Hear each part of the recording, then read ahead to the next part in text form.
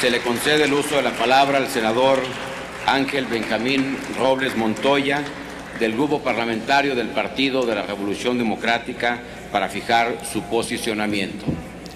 Muchas gracias, senador presidente, compañeras, compañeros de partido. Hago uso de esta tribuna en nombre del Grupo Parlamentario del PRD en este Senado. Y por eso vale la pena iniciar recordando que hace apenas unas horas las senadoras y los senadores del PRD, ante las inconsistencias, ante las irregularidades, la falta de compromiso, el incumplimiento de la palabra, decidimos dejar las mesas de debate, de discusión de esta llamada reforma política. Se dijo en voz de algunos de nuestros compañeros de bancada que llegaríamos a este pleno a posicionar lo que reflexionamos en lo general y sin duda alguna a presentar reservas de aquello que decimos que no es correcto. He escuchado con atención a algunos de los oradores que se han presentado en esta tribuna y sin duda no hay que dejar de reconocer que ha habido un trabajo intenso, yo diría muy intenso, hasta altas horas de la madrugada. En alguna ocasión inclusive a mí me tocó participar en una sesión de trabajo que terminó muy en la madrugada. Eso habla, por supuesto, del esfuerzo que con mucho empeño ponemos todos. Todavía hasta hace unas horas, yo en lo personal, y estoy seguro que una amplia mayoría de este pleno, no sabíamos a ciencia cierta cuándo y en qué condiciones estaríamos debatiendo esta reforma política.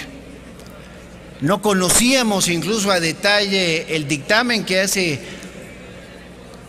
unas cuantas horas, muy escasas horas, pudimos revisar para conocer ya de manera oficial los alcances de esta reforma.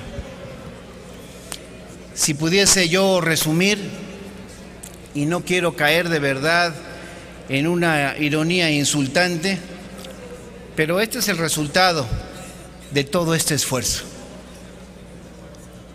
Un proceso donde sería difícil apostarle a que todas y todos los integrantes de este Senado de la República pudimos leer con detalle el dictamen que hoy discutimos.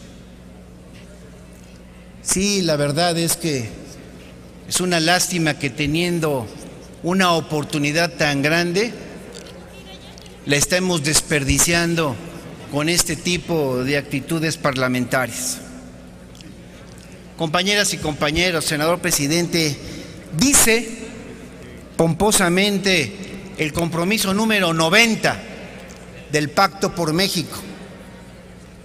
Dice, se impulsará una reforma electoral que atienda los siguientes temas: reducción y mayor transparencia del gasto de los partidos, disminución en los montos de los topes de gastos de campaña, señala la incorporación como compromiso de causales de nulidad en una elección, plantea fortalecer la legislación para evitar el uso de esquemas financieros y o de recursos de origen ilícito,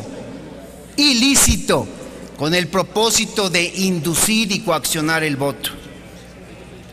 Habla el Pacto por México de crear una autoridad electoral de carácter nacional y una legislación única que se encargue tanto de las elecciones federales como la de las estatales y municipales. Esta referencia, aparte de lo señalado en este llamado Pacto por México, es porque quería yo un poco volver a poner sobre la mesa por qué el PRD, a través de su dirigencia, le apostó a una verdadera y trascendental generación de reformas electorales. ¿Por qué expresó su voluntad política para suscribir ese acuerdo que tristemente no pudo cumplir ni siquiera un año? Porque como lo dijo el dirigente nacional de mi partido, como lo expresamos los senadores, el propio presidente de la República se encargó de romperlo faltando a su palabra. Hoy, compañeras y compañeros, el dictamen que se pone a nuestra consideración es solo un esbozo de lo que pudo haber sido una legislación de avanzada. Y conste que tampoco pretendo decir que todo sea una pantomima, porque ahí están temas que sin duda son importantes. La reelección legislativa, que es prácticamente un hecho en la práctica, la autonomía de la Procuración de Justicia, los pesos y contrapesos en la designación del gabinete por parte del legislativo, son temas que serán una realidad, sin duda alguna.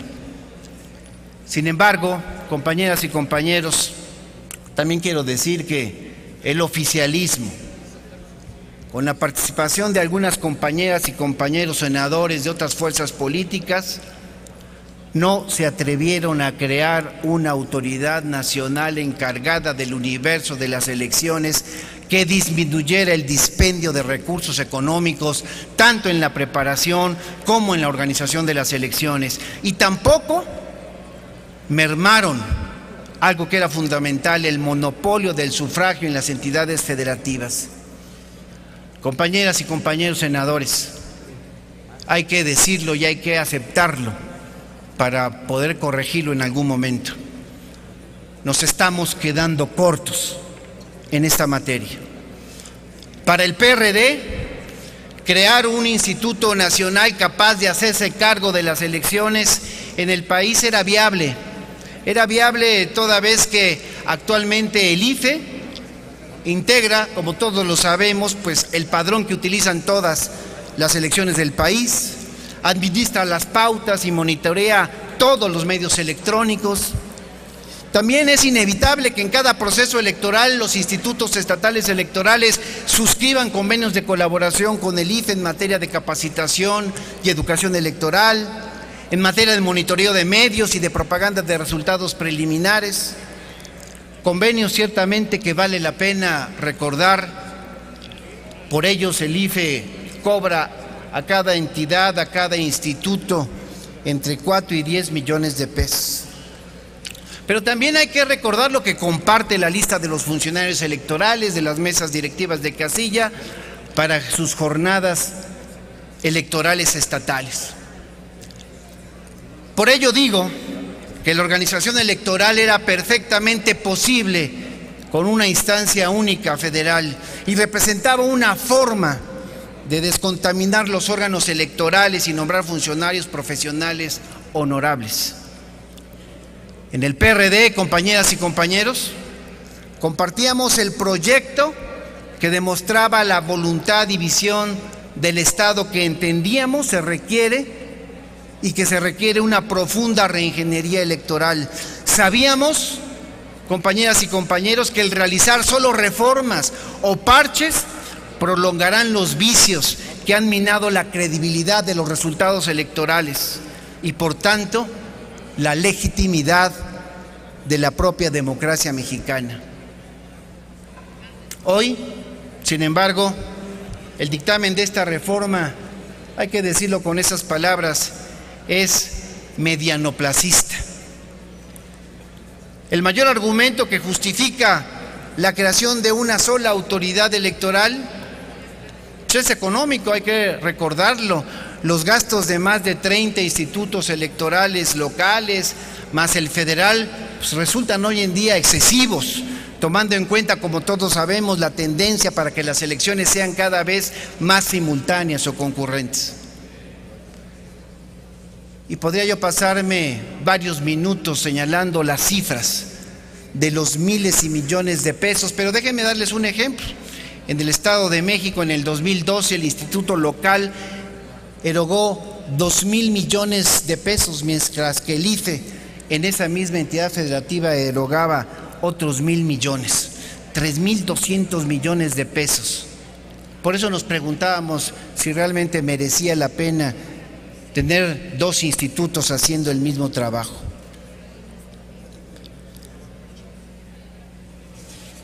Sí hay, y seguramente recordarán quienes me han antecedido en el uso de la palabra, algunos temas que nosotros también validamos y aceptamos porque son positivos, pero seamos honestos. Cuando suscribimos el llamado y extinto Pacto por México, surgió la premisa de conciliar las posturas plenamente identificadas por los partidos políticos más importantes de este país en México. Y una de ellas era crear un instituto electoral capaz de organizar, preparar, fiscalizar y validar todos los comicios en el ámbito federal, en los ámbitos estatales y municipales. Y muchas otras cosas más que hoy se quedan en el camino. Por eso, cuando analizaba lo que hoy pasa en relación a este tema, me vino a la memoria nuestro pasado reciente. Y la traigo aquí, la obra del Nobel de Literatura Octavio Paz. Recuerden lo que él señalaba. Él señalaba que la raíz de la naturaleza democrática recaía en el reconocimiento y el respeto de lo que él decía nosotros, los otros. Es decir, el reconocimiento de la pluralidad que yo sigo sin ver en este tipo de decisiones parlamentarias. Nos hemos quedado a medias, compañeras y compañeros senadores, y nos hemos quedado a medias y además con un mal sabor de boca por un proceso parlamentario tan irregular, tan complicado, tan difícil de explicar, y representando en este momento a un grupo parlamentario de hombres y mujeres libres, habré de decirles que nos hemos preparado para presentar algunas reservas y revisar hasta el último momento cuál será la definición del voto de las y los senadores del PRD en lo general. Es cuanto, senador presidente. Gracias, señor senador Ángel Benjamín Robles Montoya. A continuación, se le concede el uso